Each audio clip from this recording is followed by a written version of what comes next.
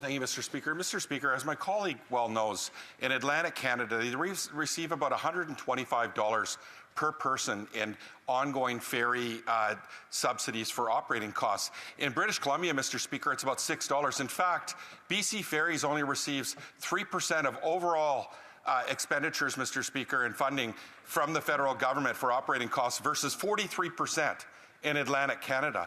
Now, my colleague will cite that they provided funding for COVID relief. They did that in Atlantic Canada too, Mr. Speaker, or loans that have to be repaid by ferry users, Mr. Speaker, that accumulate to about $26 million in savings over 25 years. It is nothing compared to the hundreds of millions of dollars, Mr. Speaker, that are in subsidies to Atlantic Canada. Through you to my colleague, does he believe the current agreements are outdated, need to be modernized, Mr. Speaker? He talked about increases in fuel. Well, BC Ferries just last week increased a 5% surcharge because of fuel. Does my colleague going to stand up for our coastal communities today?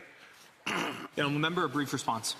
Thank you, Mr. Speaker. I thank my colleague from Courtenay-Alberni for the question. I always support more funding going to our ferry system in British Columbia, but I think we need to remember that one is an interprovincial and one is an intraprovincial system. And there's a federal jurisdiction to go in between provinces, and there's been significant investments in buying new ferries in the last couple of years, which works out to a benefit of over $700 million, which is actually more than Marine Atlantic is getting for their infrastructure.